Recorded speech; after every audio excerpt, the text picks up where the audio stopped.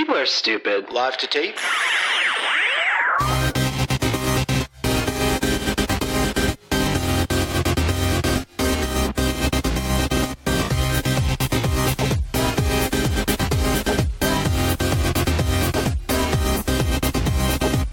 Welcome to Millennial 445. I'm Andrew. I'm Laura. And I'm Pamela.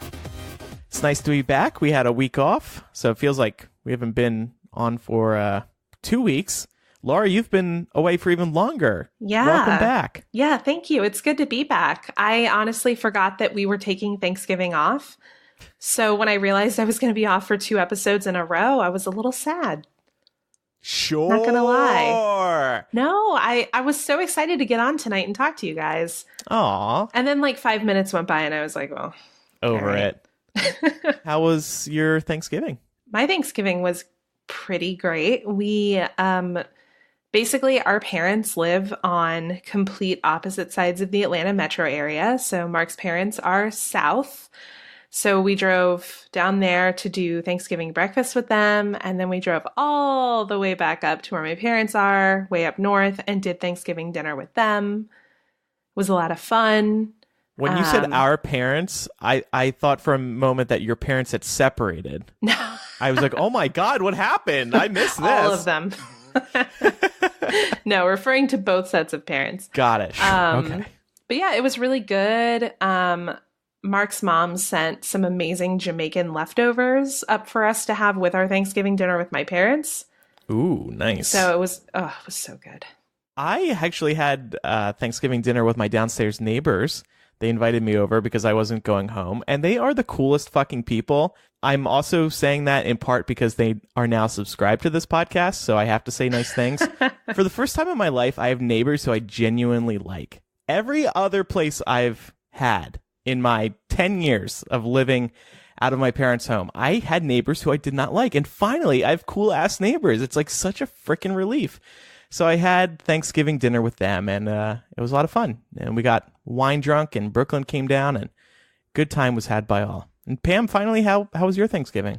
Oh, it was okay. We always go to 2 different houses because that's what happens when you're a child of divorce. It like never goes away. So it's like double the food, which is always really nice. But I just feel like if I had it my way, we would just make my grandparents stop cooking because they're just getting old, you know? Yeah. But they want to do everything themselves. So it's always like a battle in the kitchen to help them. It's like, you cannot lift the 40-pound turkey, Grandma. Let me just do this for you. It's going to be fine. Well, it's tradition, you know? So yeah, exactly. and I'm sure it's nice to see them cooking. Oh, yeah. Yeah. It's just like every year they get a little bit older and you're like, okay, let's go a little bit earlier so we can help you not lose a finger in the kitchen. Right. So, Fantastic Beasts: The Crimes of Grindelwald came out while we were away.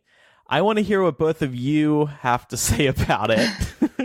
Try to be a little nice. That's what I have to say. That is your review. You didn't like it at all, huh? What was your problem? Okay, no. So I thought that it had good moments, right? There were certain things that happened in the movie that felt like these twinkles of like real story reaching out and hoping for J.K. Rowling to grab onto it and do something with it. But it felt like, and I think Selena Wilkin over on Hypable alluded to the same thing. It just kind of felt like they're so afraid to let go of the Potter franchise that they just kept sort of like shoehorning all of these Potter plot lines and characters into places where they didn't necessarily belong. In some cases, the timeline doesn't even match up. So for me, those moments were very frequent and they took me out of the movie a lot. I also thought that a lot of characters were not super well developed. There were new characters that were introduced in this movie that like they could have been taken out of the movie and it would have made no difference to the story. Right. Except for more screen time for the characters that we care about. Yeah. So my hope, I'm choosing to remain optimistic because I really quite liked the first Fantastic Beasts. And I do think there's a story here, and I think that there is a franchise that can stand on its own. I'm just hoping for Warner Brothers to, and by extension, J.K. Rowling, to sort of be brave enough to let go of Harry Potter and start letting this story stand on its own 2 feet. Mm-hmm. What did you think, Pam? I think, Laura, you hit a really big nail on the head for me, which is that it's really sad that certain characters, it almost kind of felt like they needed to make them more interesting because they felt like they weren't interesting on their own when that was not necessarily the case. So I'm still undecided with regards to how I fully feel about everything. And I think as a fan who, or like as many of us are, like, you know, we don't have anything, there's no source material to reference back to kind of understand why the movie plays out the way that it does. So I think it's a little bit hard to stomach some of these big curveballs that they threw our way. But there were a lot of parts that I really did enjoy. Lita Lestrange was great. I think Jude Law is a really, really good Dumbledore. He has like that knowing twinkle in his eye that I feel like is always present in the series itself. So that was really great. And I actually, like, maybe unpopular opinion, didn't hate Johnny Depp as Grindelwald. So I don't know. I agree with you. I mean, he's a dumpster fire of a human being, but his performance was pretty solid. Yeah, there was only one part that I felt like they had to throw in like let's take you out of the moment and remind you that this is Johnny Depp. There was like one line towards the end there that I was like kind of taken out of the movie for a bit. But like for the most part, he was really good. I feel like it's kind of nice to see him go back to being like too method. Like he has been with like the Tim Burton stuff or even the Jack Sparrow stuff, and just kind of show off the acting chops that we know he has. So yeah. So the film hasn't been doing that great in America, and I think there's going to be some big changes for the next one because, first of all, J.K. Rowling already turned in the script, but she's clearly in over her head on this. Like, she's trying to write for a book, and it's just so freaking busy that it's just so confusing. That was my chief complaint about it.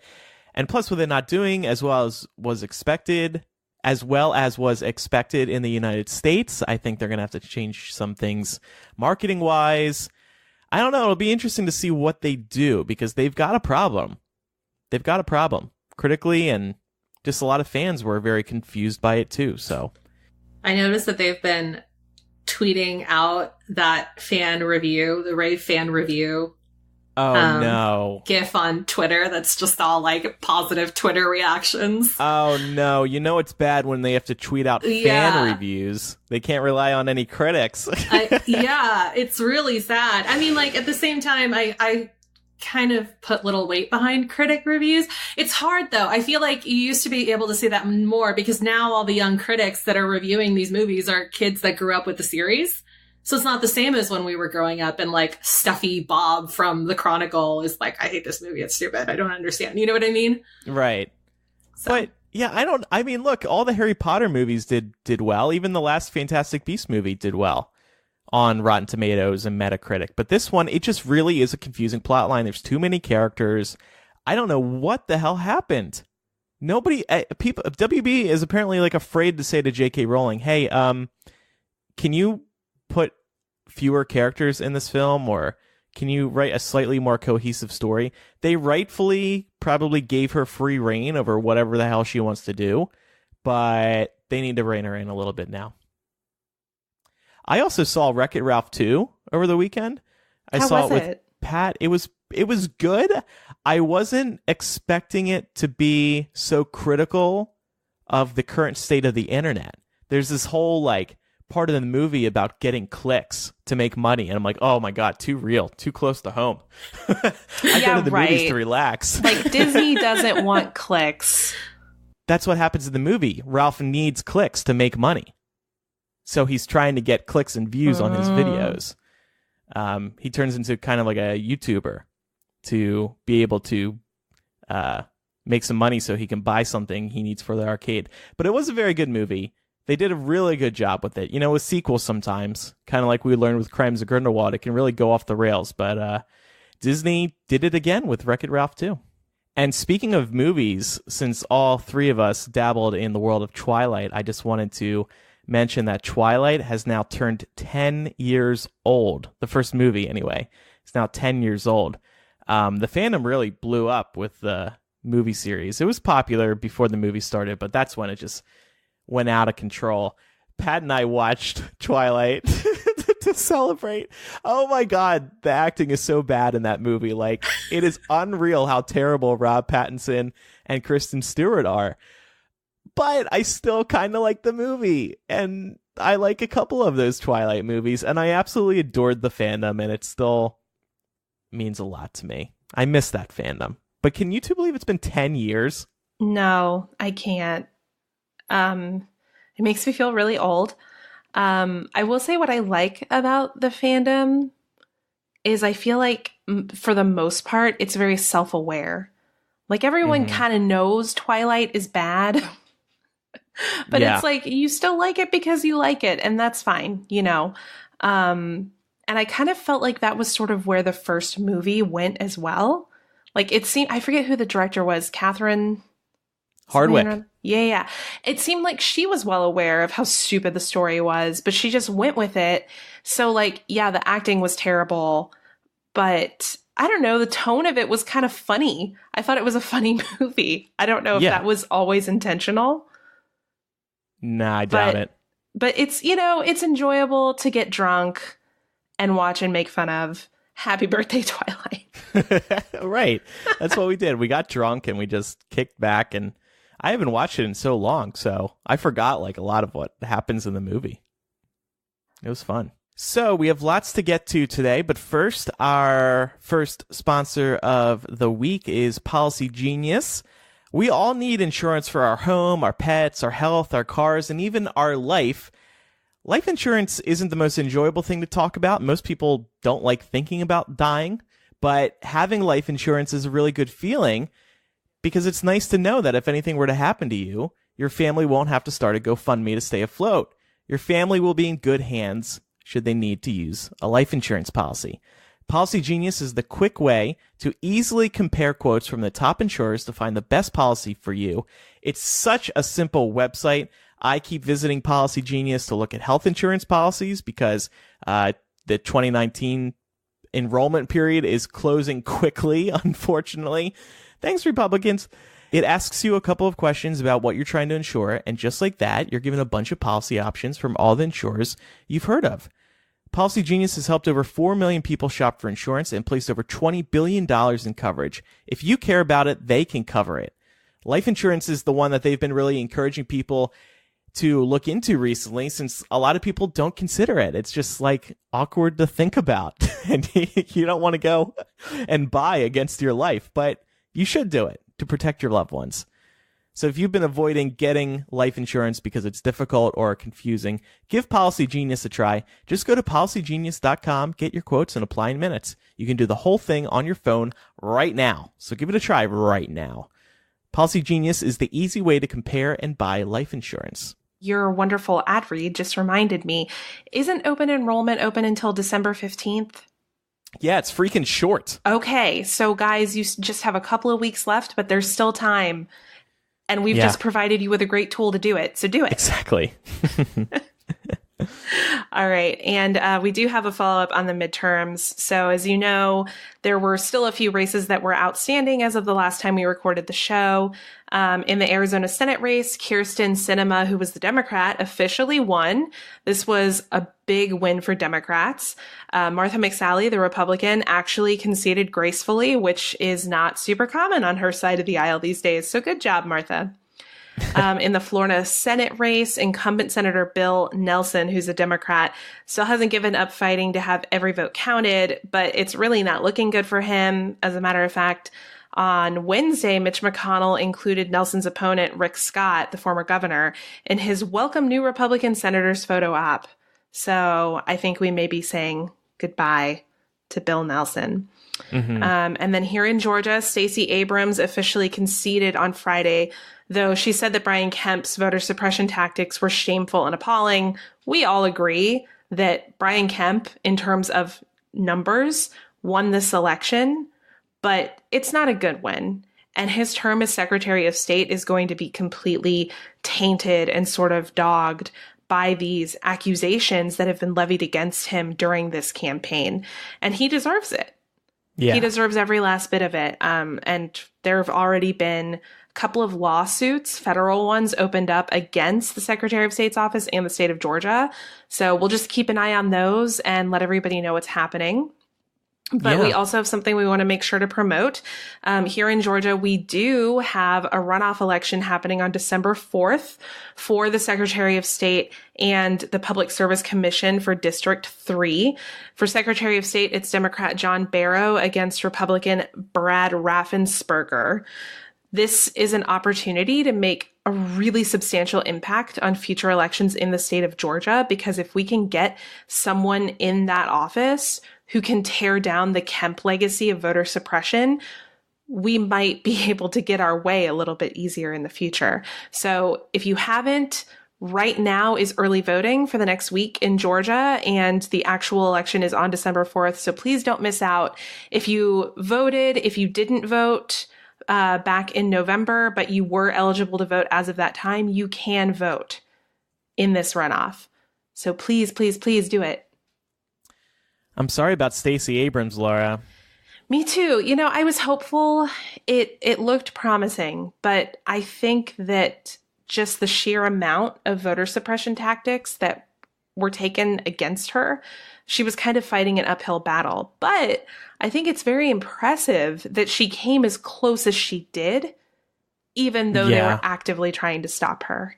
Yeah. And I don't think I think she'll be back. For I don't president? think she's going away. I don't know if she would be a 2020 contender, but I could definitely see her in 2024, 2028. Yeah. I can see why she wants to get the governorship, under her feet first. Yeah. She couldn't go up against Trump. Trump said she wasn't qualified. Oh my God. Can we not? I hate that man so much. Okay. So on to some news now. Yeah, so before we dive into a few stories, we wanted to take a moment to address what's happening at our southern border with Mexico. On Sunday, around 400 migrants from the famous caravan of asylum seekers that Fox News has been warning all of us about attempted to cross the border into the U.S. In order to claim asylum. President Trump shut down border entries in the Tijuana area, which prevented the migrants from entering the country legally. We would like to take this moment to address the fact that applying for asylum at an official port of entry is 100% legal. When they were unable to get through, it was reported that, quote, one or more people began throwing rocks at Border Patrol officials. Others reportedly worked to tear the fences with tools or even their bare hands. U.S. Border Patrol agents then responded with tear gas and firing rubber bullets into the crowd, many of whom are children. So it goes without saying how we feel about this here at this show, but we felt it deserved an update here at the top of the news. And we wanted everyone at home to know we're paying attention to what's happening and that we hope you are too, because this is a gross misuse of power, resources, and a completely inhumane approach towards people who are so clearly desperate to escape dire circumstances that they would willingly try to cut through a fence while they're being sprayed with tear gas and rubber bullets just to get into this country. Definitely recommend reaching out to your representatives. You can find contact information for them over at senate.gov and house.gov. And this is also a great story to spread on your social networks, because as much as this relates to politics, there is a human interest story here which should appeal to any compassionate human, regardless of political affiliation. And rest assured, we're going to keep talking about this in the weeks ahead. So if you don't share it, we will. You would think it's like a human rights issue, but I'm not convinced that Trump supporters necessarily care. Well, the operative word there was compassionate. Right. They can't show that. If it's something that Trump, if he wants these people tear gas, then they're cool with it. Well, they're not compassionate. Right. I'm not relying on them to help us fix this, because they won't. Mm-hmm. Can I say something stupid? When I first heard about the caravan, which was a month or two ago, I thought it was like just one minivan of people. Oh my God. And I was just like, oh, what's the big deal? It's just a minivan. I'm just imagining, Andrew, like your thought process of being like, there's a minivan coming to the border and everyone's freaking the fuck out. Do they have enough gas to make it? Yeah, I don't know. Because caravan, why do we call it a caravan? Why can't we just call it a mass group of people? Well, anyway, because it is a caravan. Honestly, I mean, I'm not the brightest bulb in the box. Oh, Trump isn't either. When he heard caravan, he probably thought it was an actual vehicle. Oh, he probably thought it was like a band of vehicles. Yeah. Just a bunch of like RVs just like heading up. We're coming to America. Here we come. 60 miles an hour. Keeping the speed limit. Anyway, it is a very sad story, and there's lots of videos and photos. Speaking of sharing on social media, it could be effective because of all the media coverage it's been getting. This is super hard to watch, and my great-grandparents, they actually live about less than 20 minutes from the San Ysidro border, and so I grew up going to all these places that are on the news now, and it's horrifying. Mm-hmm. I'm not alone, by the way. Chung Ning, who's listening live, says she also thought it was a van coming up. This week's episode sponsored by Toyota. All right, on to some other news now. Well, you know who else is under fire? Surprise, surprise, Facebook. This is actually kind of interesting, but also super intense. We all know that there's been a lot of anti-Facebook sentiment over the course of the last few months, especially in the wake of the Cambridge Analytica scandal and other privacy fiascos. And in order to combat this, according to new emails obtained by the New York Times, Facebook has actually hired a public relations firm to pin the blame for all of the anti-Facebook sentiment on George Soros, who is, of course, a prominent millionaire who's known for donating a lot of money to Democrats. The PR firm is called Definers Public Affairs, and they basically distributed to reporters a research report that accused Soros of quietly backing anti-Facebook groups, and then urged reporters to dig into the alleged financial connections between those groups and Soros himself. So this is kind of a really crazy story, and it gets even more intense because Definers Public Affairs is actually a Republican-linked firm, and they specialize in opposition's research and in bringing tactics most commonly associated with political campaigns, such as negative ads, forward in an effort to help, make their business clients look a lot better. So this is actually pretty intense. And of course, Zuckerberg and also Sheryl Sandberg say they have no idea who within the company directed this attack. But then later on, in order to kind of cover things up, Facebook's head of commissions published a blog post admitting that he was actually the one that hired them to do this. And then Sheryl Sandberg said that, this did actually, quote, cross my desk. Exactly. So she knew it. This is out-fucking-rageous that they would hire this PR firm to go and blame George Soros. I mean, this is nuts. This is something that, like, the Trump campaign would start doing. This is what Fox News would start doing. Exactly. Oh, my God. Yeah, and I mean, Soros, he's kind of a favorite target for ultra-conservatives. He's a Hungarian-born Jew who survived the Holocaust, came to America, made a fortune, and is very liberal and very pro-democracy, and thus, as Pam was saying, puts a lot of money into more liberal causes. And he's constantly being accused of bankrolling all of these left-wing efforts. Like last month, the Daily Caller accused Soros of funding the migrant caravan. And also, fun fact, we on this show have been accused of being funded by George Soros. Yeah, he's bankrolling our Patreon. Right. I was going to say, where's that money? I was going to say, I think I've not been hearing about this because I would expect to make a lot more money. Another common one you hear is how he pays protesters. I go have been going to protests since I was 14, and I have not yet received a paycheck. Yeah, could you imagine how many more people would actually go to those things if they were being paid to do it? No, maybe they're just protesting because they care about these issues and want to make sure their voices are heard. That's all. And then go get a good brunch afterwards. with their protesting pay. This is one of Facebook's worst offenses, I think. To send people off the trail, to go point the finger at Soros, to hire somebody to help them do that.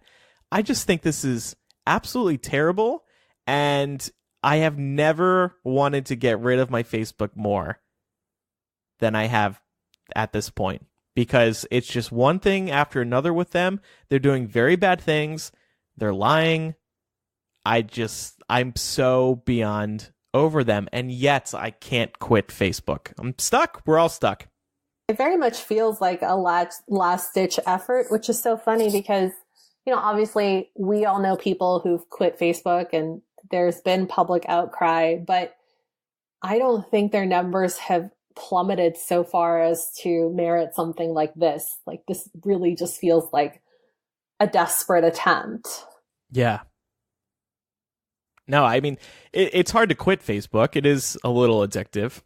And I know for us, we partially use it for work as well. We have groups where we interact with podcast listeners, and I update the Facebook pages for Hypable and the podcast as well. Like, I can't quit it. I guess what I could do is create another profile and give myself admin access on those, and then add no friends, like no pages. I could just have like this shell of a Facebook account just to do certain things. But then again, I like seeing what people are up to. I like checking in on people. So ultimately, am I going to quit? No. But I do a annual social media break. It's at least a week long. This will be my 3rd year doing it, where I just delete Facebook and Twitter and Instagram and Snapchat, all those, between Christmas and New Year's. I'm going to try really hard this year to just not re-download Facebook. At least not on the phone. I'll use it on the desktop computer to do work stuff, but I'll delete the app, maybe permanently. Yeah. Most weekends I try to go social media free. So usually on like Friday evening at some point, I'll delete all of my social apps off my phone. And then sometimes on Monday, I like forget to put them back until halfway through the day. So it really goes to show, once you're away from it for a while, you see how little value it actually adds to your life. Right. I can't imagine deleting and re-downloading it every week, though. That sounds like not just Facebook, but multiple apps every week. That sounds like a lot. I mean, it's just Facebook, Twitter, and Instagram. I don't really use any other social platforms. I don't understand Snapchat. I think that came too late for me. Somehow I missed the Snapchat wave. Mm-hmm. I mentioned my downstairs neighbors earlier, who are now listeners of the show. They don't have Facebooks. When I befriended them, I was like, "Oh, you on Facebook?" Like, no. I'm like, what? Who was on Facebook? Mid-30s. Okay. Yeah. But they are on Instagram. Isn't that interesting? Because Instagram's the new frontier. Yeah. So anyway, I'm just so disgusted by Facebook, and any remaining respect I guess I had for them is now gone. Agreed. I mean, I didn't have much left with them or for them for quite some time. But literally, as I've said before, the only reason I continue on this is because I have so many international friends with whom that is how I keep touch. Mm-hmm. You know? Yeah. We're all trapped. Mm-hmm. Well, if you don't want to be trapped, I think we might have just the thing for you. Now that turkey hangover has passed, we're all gearing up for the holidays. And if you're like me, that means company parties and time with my family. Also, if you're like me, you hate standing around pretending to like all of those people while in uncomfortable shoes. Well, if you want to be stylish and comfortable at the same time, I cannot recommend Rothy's enough. Rothy's is the everyday flat for life on the go. It's stylish and classic and comes in 4 styles: the flat, the point, the loafer, and the sneaker for women and girls. The color and pattern selection is amazing, and they're constantly updating colors and patterns because they sell out so quick. I love my point flats in this really rich plum color with baby blue racing stripes on the sides. These can be dressed up or down, so I've definitely worn them with jeans for a casual night out or with slacks for a job interview. And it'll blow your mind that they're made from recycled plastic water bottles because they are the softest shoe you'll put on your feet. You can feel good about these because Rothy's has already recycled almost 20 million plastic bottles by making these shoes. And for an added bonus, these are machine washable because, let's face it, feet sweat. I love my Rothy's, and I know you will too. Right now, Rothy's has an amazing deal for our listeners. Use code MILL to get free shipping with no minimum purchase. You'll also get free returns and exchanges on your shoes, but trust me, you won't want to return them. Go to rothys.com, that's ROTHYS.com, and enter code MILL to get your new favorite flats and free shipping. It's a no-brainer. These shoes are comfortable, stylish, and sustainable. Go get yourself a pair today. Rothys.com, promo code MILL. Get this deal while it lasts. I'm going to Pat's holiday party in a couple weeks. I think I need some Rothys. Your little ad intro really sold me on them for that party. Those loafers look super cozy. Yeah. Do it. On to some other news now. Let's talk about some Netflix drama. They've been under fire by Satan himself. The Satanic Temple attempted to sue Netflix over its new series, The Chilling Adventures of Sabrina. Have either of you watched this? Yeah, I've watched a couple episodes. I've watched the whole first season. Oh, wow. Okay. I have not watched it because it looks like a CW drama to me, and I'm just not into that. But anyway, the Satanic Temple attempted to sue Netflix for using the temple's satanic images and statues without their consent. So we all know the story. It follows Sabrina as she attends the Academy of the Unseen Arts, a school that teaches the way of the Dark Lord. It's based off the same comic book series that spawned the popular 90s show Sabrina the Teenage Witch, but that one was like pleasant and happy and bright. This Sabrina on Netflix is dark, and that's why everybody was so excited about it. So the Satanic Temple tried to sue Netflix for copyright, saying the show uses the exact likeness of the Dark Lord that they created specifically for their temple by their own internal graphic designer a few years ago. The Satanic Temple's co-founder, Lucine Graves, says they are all deeply troubled by the appropriation of their religious art. So I say tried to sue because late last week, Netflix and the Satanic Temple, such a funny thing to say, the Satanic Temple and Netflix, they settled. The terms of the settlement are still unclear, but we do know that Netflix will now acknowledge the Satanic Temple in the credits of every episode. We don't know if any money was exchanged. The Satanic Temple was asking for $50 million. And we don't know if Netflix will include the design that they plagiarized or not in future seasons. I would think they just want to get away from this, so they might come up with their own design. But yeah, so it looks like the designers of Netflix stole this design from the Satanic Temple. I think this is like fantastic news for the Satanic Temple because now they're getting this free promo at the end of every Sabrina episode on Netflix. Exactly. That's why they did this. The Satanic Church can't be doing too great right now. No. You know, they probably need that money. You know, I don't think I've ever heard of any other major religion trying to sue over showing their religious symbols in episodes. And I think that's because those religions have money. Mm-hmm. So, I mean, you know what? We gotta let's give the Satanists a chance. But give Satanism a chance. I don't know about you guys. I didn't realize you could copyright like God, for example. Right. You know, like, do you think The Sound of Music got slapped with a copyright infringement for all the cathedral scenes? Well, so if you look at the statue, it is a very unique design. Like, there's a lot going on within this creature. It's like a goat with a beard and snakes and wings and big horns and like all this other shit. I guess I just thought it was like, you know how like the Bible is not like you can use it and not have to pay royalties? It's Yeah. like free, what do they call it? Free. Eminent domain, I think. Yeah. I just would assume any religious text, including satanic temple texts, would be the same. I mean, honestly, like, the Satanic Temple, like, they don't stand for the worst things. They, quote, reject tyrannical authority and, quote, encourage benevolence and empathy among all people. What's wrong with that? I'm joining these guys. Andrew the Satanist. Sabrina's making Satanism cool again. So I'm on board. Is this show genuinely good, though? It's not like a teeny bop drama? I enjoyed the couple of episodes I've seen. I definitely plan on finishing it. Yeah, it's pretty good. It's definitely like not your childhood Sabrina the Teenage Witch, although that was definitely, I think, more influenced by Archie comics, which you were referencing. This is based off of a new graphic novel series. So the graphic novel that this is in reference to is darker anyway. But yeah, it's a pretty good watch. Okay.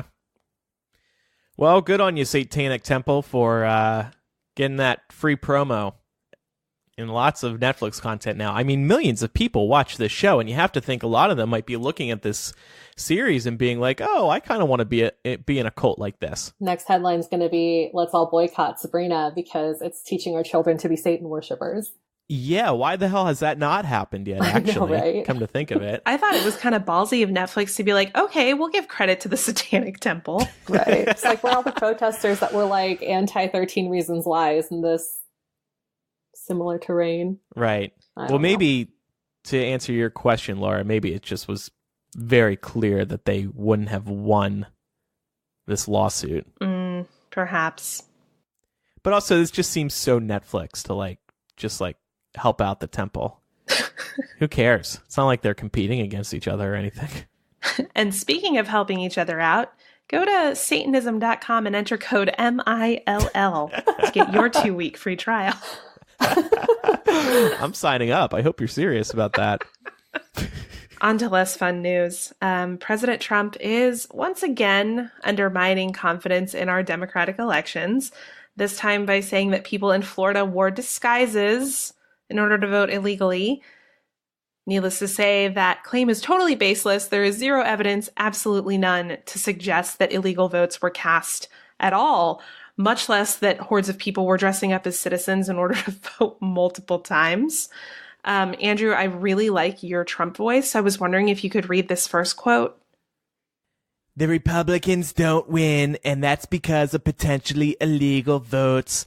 When people get in line that have absolutely no right to vote, and they go around in circles to vote multiple times, sometimes they go to their car, put on a different hat, put on a different shirt, come in, and vote again. Nobody takes anything. It's really a disgrace what's going on. It's amazing. It's just, it's inspired by Stephen Colbert. No, it's good. But also, it's just amazing to me that anybody would be like, yes, I'm going to go to my car and put on a hat, come back and vote. I literally did this to enter a Bruce Springsteen ticket lottery. I went, got a number, went back to the car, literally changed, new hat, new shirt, just like Trump was saying, went back, and I fooled him. So I think Trump's onto something here. Yeah, clearly. No, but I mean, that story is true, but in all seriousness, this is absolutely outrageous. Remember, he put together his own voter fraud investigation team. They came back with nothing because his claims were bullshit. And we know what he's doing. He's just making up these excuses for, in the case of the midterms, potentially losing the midterms. And during 2020, he was setting this all up in the 2016 election, too.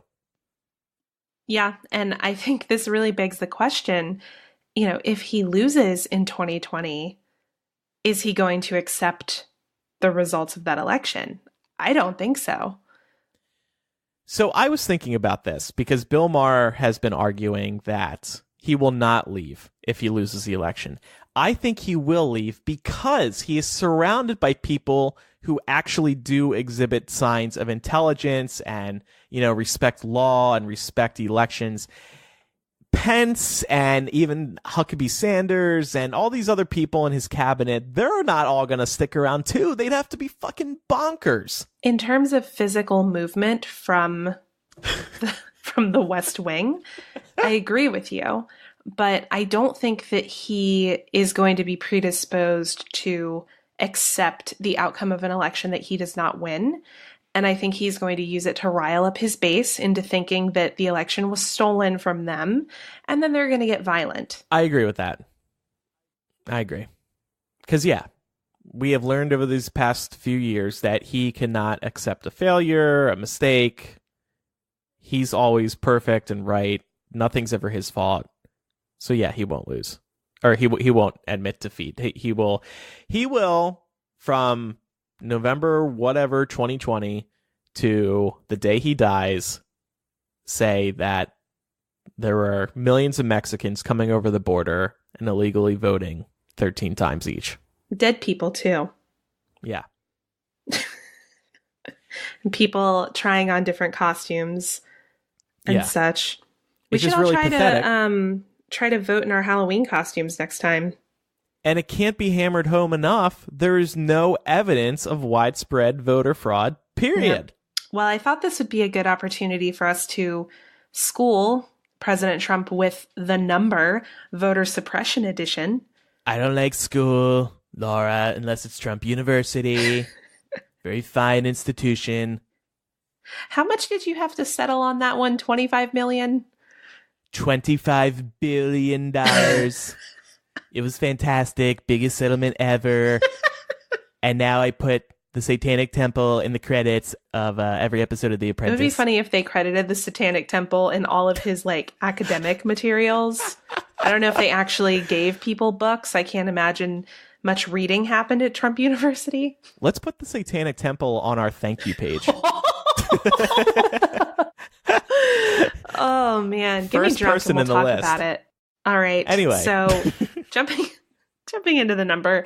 For those of you playing at home, this is the game where we provide some information surrounding a specific statistic, percentage, number, and everyone has to use those context clues to try and guess what the number is. So are you guys ready?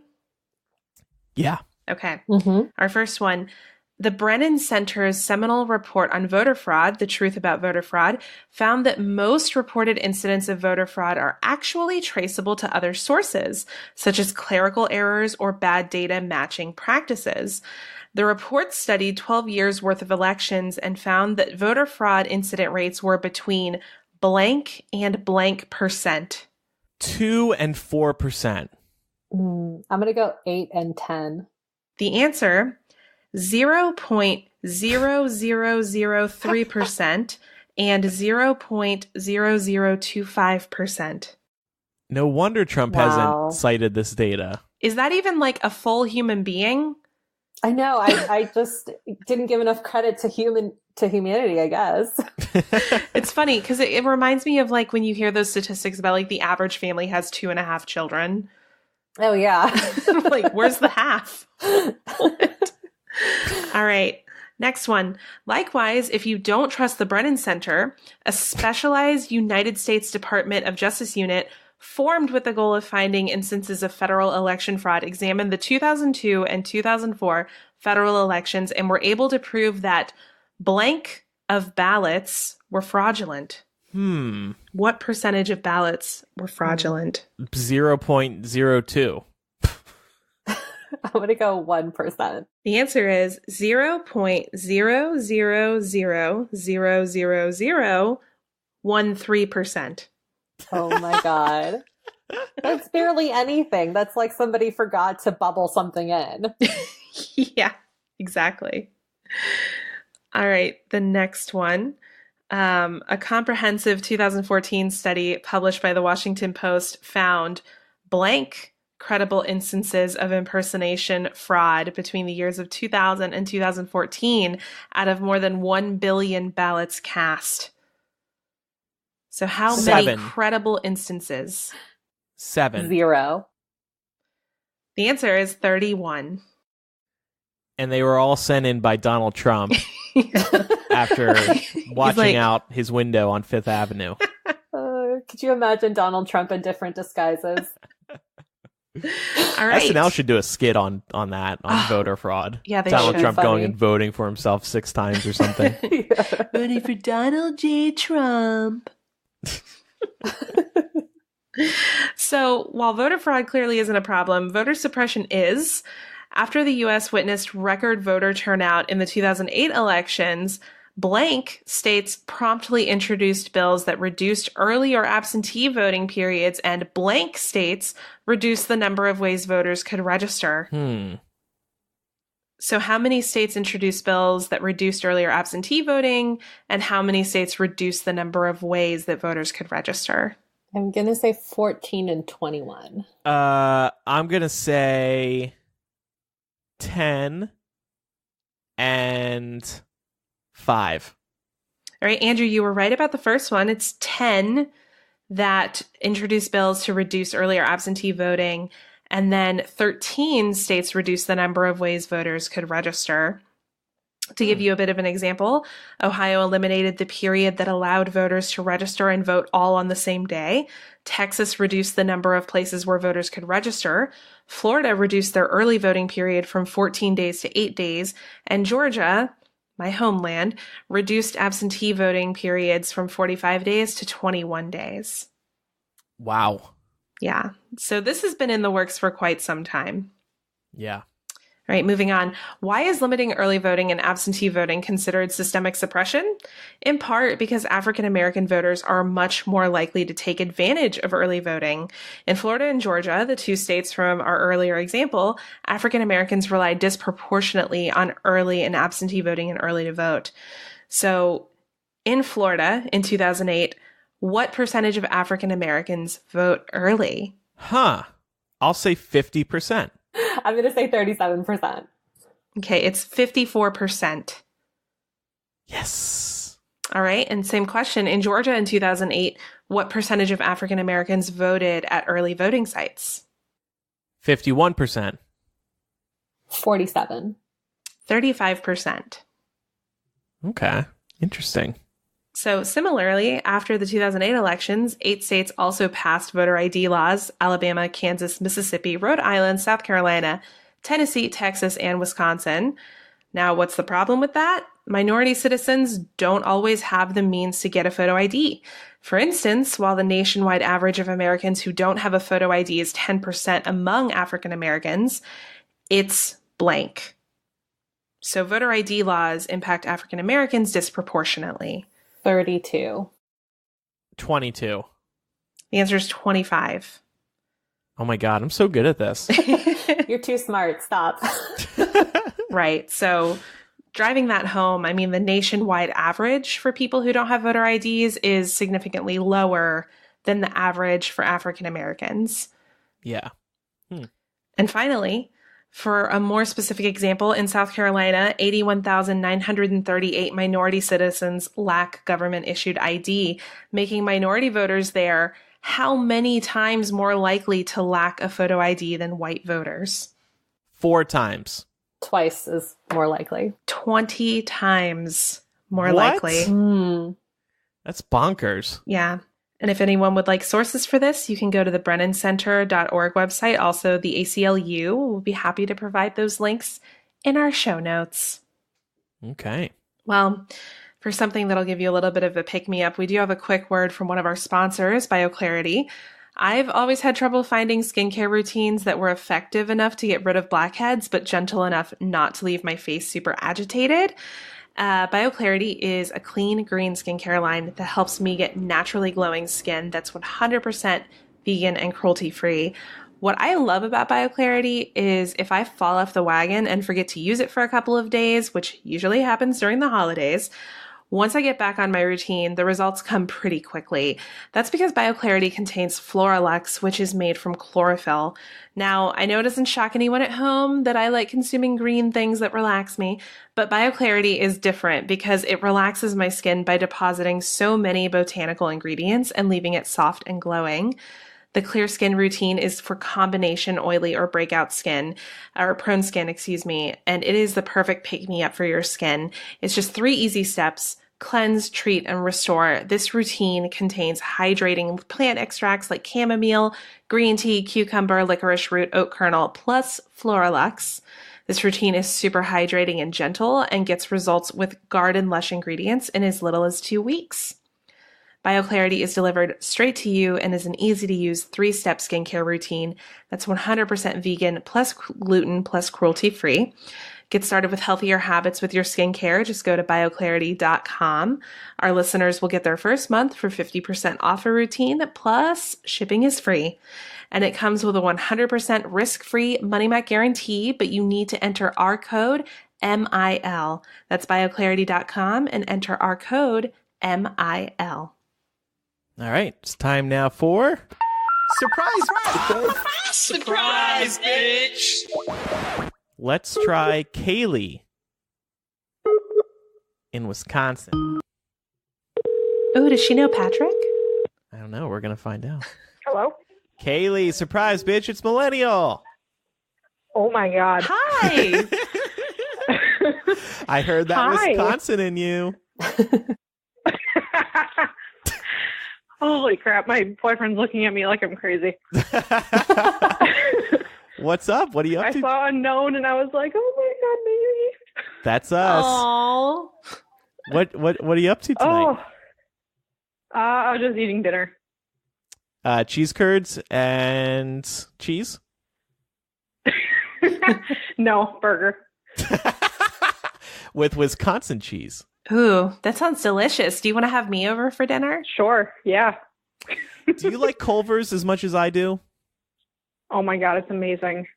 Culver's is the Wisconsin Wendy's. It tastes just like Wendy's, to be honest with you, but they also have cheese curds No. there. No. Okay, It's Pat. like way better.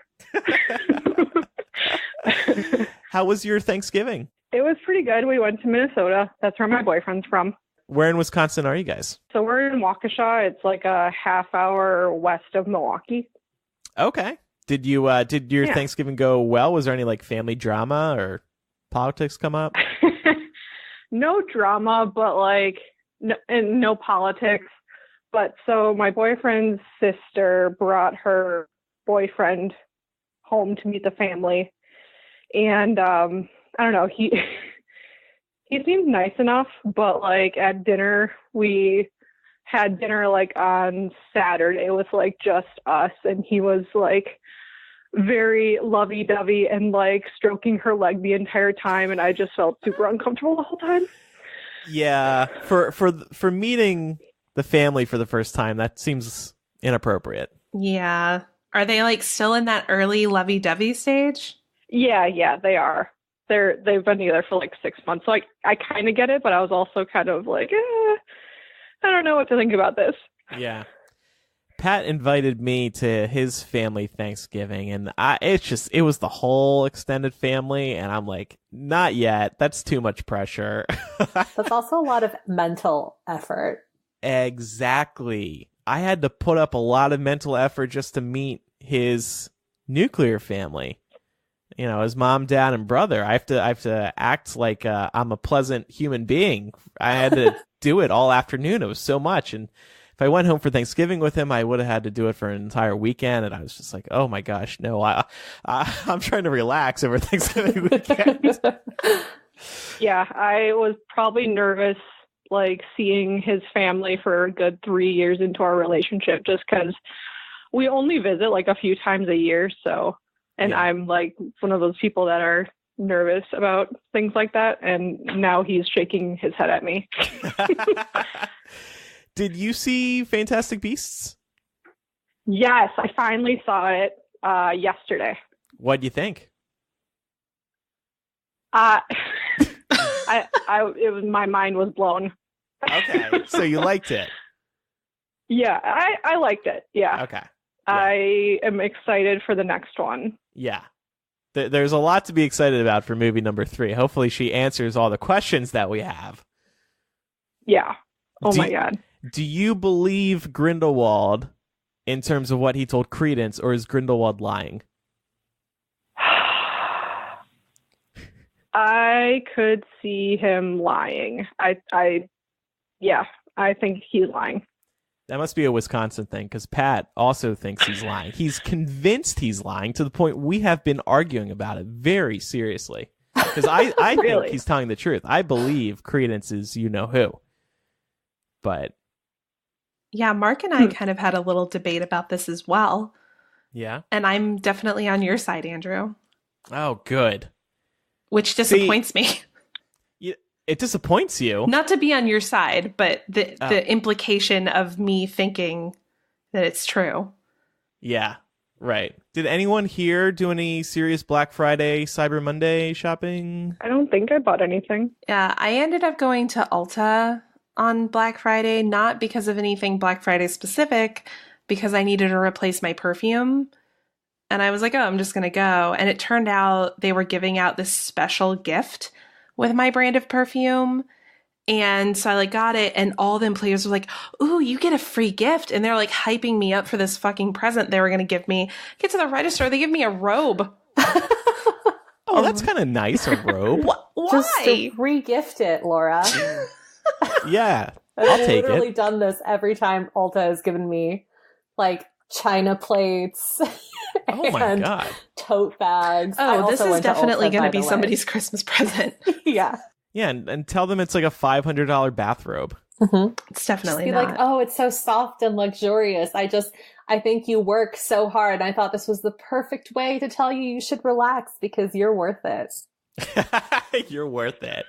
Hashtag self-care. Yeah. Just gotta sell it.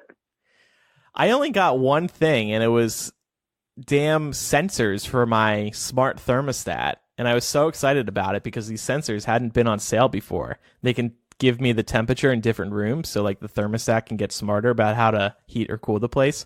It's very exciting stuff. Which one do you have? Echo Bee. Okay. I have a Nest. Okay. Do you like it? Yeah, I really like it. Actually, I got a Nest doorbell recently, and that's pretty cool, but seriously creepy as well. I would totally get one of those if I was like in a standalone home. Are you in an apartment or a house? A house. We just bought it like 6 months ago. Oh, congrats. Thanks. How's homeowner life going Been for you? pretty awesome. That's awesome. Pretty good. So the market's super crazy here, and it was the first house we put an offer in on, or fourth house we put an offer in on, and the only reason we got it pretty much is that there were smokers that lived here, and they smoked inside the house. So we spent a good 2 months just like priming all the walls with kills and like repainting everything. Wow. I never thought about that.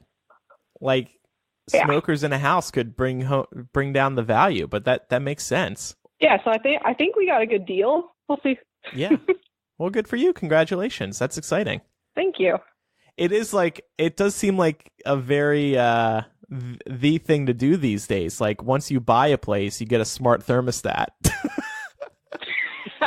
It's like, Yeah, I was kind of into all the smart stuff. oh yeah, you're my kind of girl. Wisconsin, baby. Well, we'll let you go, but thanks so much for your support, Kaylee. Yeah, thanks for calling me. This is awesome. Absolutely. Tell your boyfriend you're not crazy. If you ever need some milk in Wisconsin, I know a guy with a farm.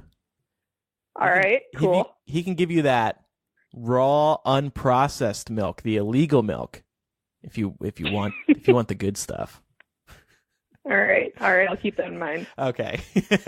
All right. Have a good night. Thanks, you two guys. Bye. Bye. She didn't sound interested in the unprocessed milk. I can't imagine why. All right. Well, in After Dark today, we're going to talk about what the hell Laura's been up to and what the hell Laura and Pam were up to. I woke up to tweets one morning where they were like worshiping each other, and I was like, what the fuck happened last night? So we're going to find out what the fuck happened that night. And we'll talk more about Laura's trip to San Francisco. She was up to some mischief that I can't wait to hear about. And some hidden from the headlines. That's all available over at patreon.com/millennial. Your support helps the show rock and roll. Thanks everybody for listening. I'm Andrew. I'm Laura. And I'm Pamela. Bye, everybody. Bye.